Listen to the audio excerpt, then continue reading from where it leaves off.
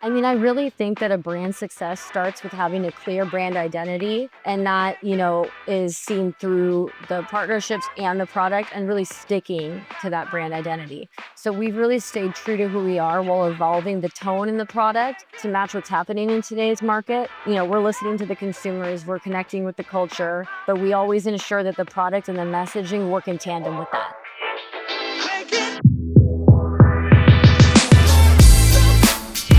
Welcome back to Retail Remix. If you're a child of the early 2000s, then it's likely that True Religion already holds a special place in your heart. Recently, though, a new generation has discovered the brand.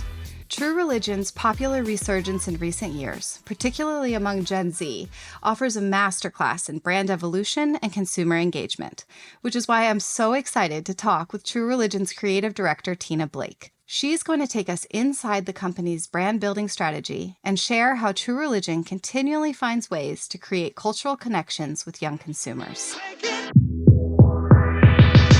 Welcome back, everyone, to Retail Remix. Today we have with us Tina Blake, whose full title is kind of a mouthful, so hopefully I don't screw it up.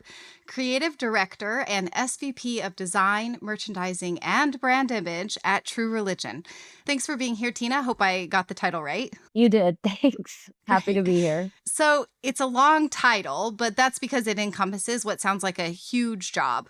Tell us a little bit to start about your day-to-day at True Religion. How do you go about doing all of that? Merchandising, design, brand image. So in this position, I oversee the entire merchandising organization along with the design and brand image. My focus remains on driving growth through compelling product innovation and maintaining an elevated aspirational brand identity. I keep a sharpened focus on trend data and merchandising strategies and working on deepening category expansion, particularly in the women's business. And that's resulted in a much more cohesive and confident brand presence. So to me, it's all about building a strong team foundation, working on optimizing our processes, and always staying forward-looking for sustained brand growth. Well, the results of that work have been really evident lately because True Religion has really been on a tear.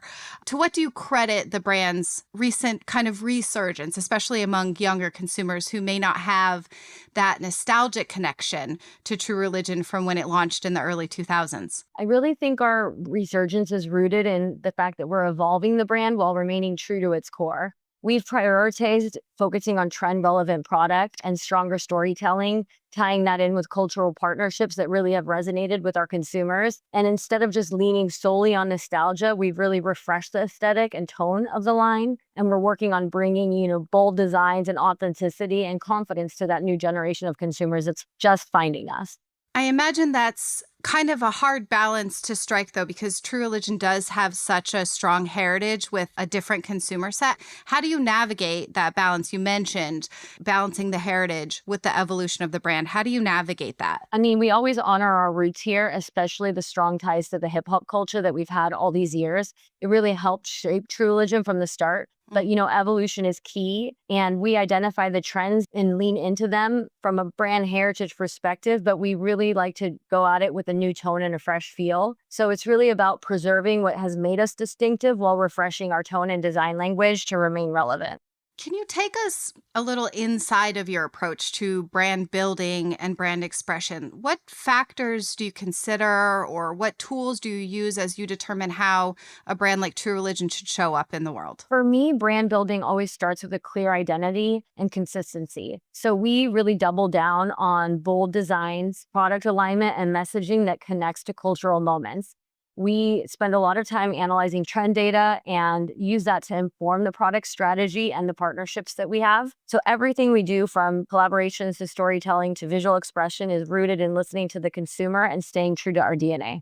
What are the big areas of focus at the company right now? You said that growing the women's business was a big focus. Tell us a little bit more about that and what other kind of key initiatives are going to be key as you try to continue the company's current momentum. Yeah, so one of our biggest growth drivers in the last 3 years has been the women's division. When I joined in 2022, women's made up roughly about 30% of the total business. And today we're sitting at 45%, but we're aiming for 60 long term. So this really came from reevaluating what the female consumers wanted from us and launching the strategic partnerships that reflected that. One of the things that we have coming up right now is a collab with a company called Bella Doña, which really celebrates the Latin culture, self-expression, and women's empowerment.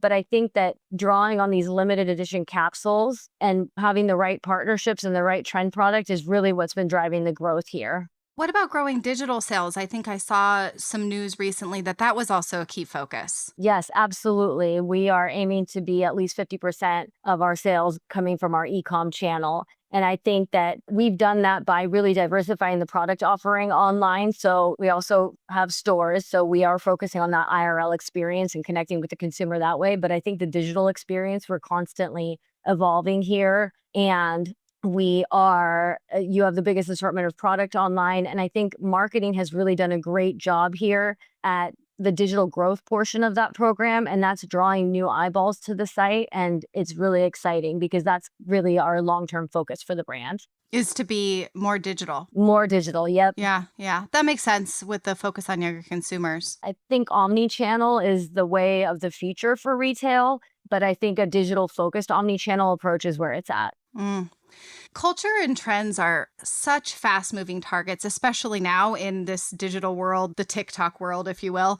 How do you keep your finger on the pulse of what matters to your customers? And then how does that guide the brand strategy? So we really try to stay close to our audience and invest in understanding how those trends are evolving for them. Looking at trend data plays a major role in shaping the product and brand image here. So we're really listening closely, whether it's through social or consumer feedback, cultural cues to what's happening out there and connecting those dots to ensure that the product is staying in line with that, the product is moving forward, and our messaging is authentic and impactful. Do you have any recent examples of a trend that your team identified and then kind of jumped on and how that all played out? I sometimes find that's a helpful way to see how all of this works is through an example. Yeah, so a trend that our team identified was micro shorts. That's something that was happening out there in the women's market, but it's also very much rooted in the True Religion DNA. Our Joey short is something that we've been running for a very long time, and it continues to come back and have a new life. So what we did is, we had a very successful partnership with Megan Thee Stallion for holiday 2024. It really resonated with our audience. And so we teamed up with her again for a really full circle moment, dressing her in a custom look for her Coachella performance. And that custom look included micro shorts. So it's really all coming together full circle. Are micro shorts what they sound like? Are they these shorts where you can kind of see the bottoms of the butt cheeks out there? Yes, Okay. that's exactly what they are. All right. Not Definitely. for the faint of heart. Or for older bodies, probably. I always say if you feel comfortable in it, you should wear it because I feel like that's really confidence is what really allows people to look great in their clothes. But yeah, I think it takes a bold personality to pull something like that off. That's for sure. Like Megan Thee Stallion. Yes, exactly. This is actually a perfect segue because the next thing I want to talk to you about is all the different celebrity partnerships that you've had recently, particularly from the world of hip hop. You talked a little bit about that being kind of part of the True Religion heritage, but can you tell us a little bit about your larger philosophy around these celebrity collaborations? How do you ensure that these partnerships have that kind of authenticity that younger consumers are really demanding? Yeah, hip hop has always been part of True Religion's identity, and that connection is still very real today. We brought on a CMO a few years ago and head of digital, Kristen Darcy, and we really stay connected on everything from working on on-trend collections to the creative voice of the brand, and we really align that with our values. And so I think that that's how we ensure the authenticity because it has to be reflected in the product and it has to be reflected in the partnerships. What would you say are the foundational elements of True Religion's recent success in capturing consumers? Because it's been very notable, the kind of like rise in popularity again of the brand among younger consumers. So what would you say are the foundational elements of the True Religion brand that enable that? And then what advice might you have to other brands who are looking to do the same, maybe reconnect with a younger generation or just in general get in with those young consumers? I mean, I really think that a brand success starts with having a clear brand identity, and that, is seen through the partnerships and the product and really sticking to that brand identity. So we've really stayed true to who we are while evolving the tone in the product to match what's happening in today's market. We're listening to the consumers, we're connecting with the culture, but we always ensure that the product and the messaging work in tandem with that. So I guess my advice for other brands is to be consistent and stay close to your audience and make sure that your product and messaging are working together, because when those things are aligned, it really drives momentum. And maybe get a few celebrities on board too. That probably Yes. helps. Yeah. Yes. And those celebrities also have to feel an authentic connection to the brand. I think that that is super important. Tell me just quickly a little bit more about the is it Bella Donna Yes, upcoming Bella Doña. collab? I don't know her. Is she also in the hip hop world? No, so Bella Doña is a Los Angeles-based brand, and it's not celebrity founded. Oh, okay. Yeah, no, but they're very, very deeply rooted in the Latinx culture here. And, they really are about feminine empowerment. And we feel like those are some of our core values as well. And that's how we kind of came to be. I'm really excited about this when it launched a couple of days ago, and we have a big party coming up with them on Friday. But Fun. yeah.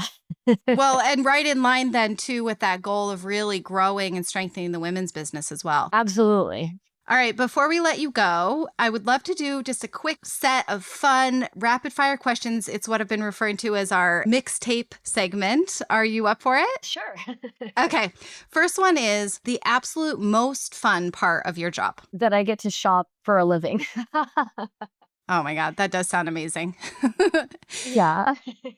What is a fashion trend that we're going to be seeing everywhere this summer? Please tell me it's not micro shorts. I mean, micro shorts are one of them, but I think another one that we're really going to be seeing come to a head this summer is capris. Capris are having a moment. Oh, really? Yeah, It feels so kind of old school to me. When you say capri, or when I hear capri, I think like kind of mom, maybe on a bike at the beach. Yeah, no, I mean, it's really more like the early aughts capris, but I think that that's what's interesting about fashion is that it's always cyclical. Yeah. And so I think it's about how do you bring the capri back in a fresh way? And a ton of different brands from designer to, fast fashion are doing it. And I love to see it. Yeah, I can't wait to see how that plays out.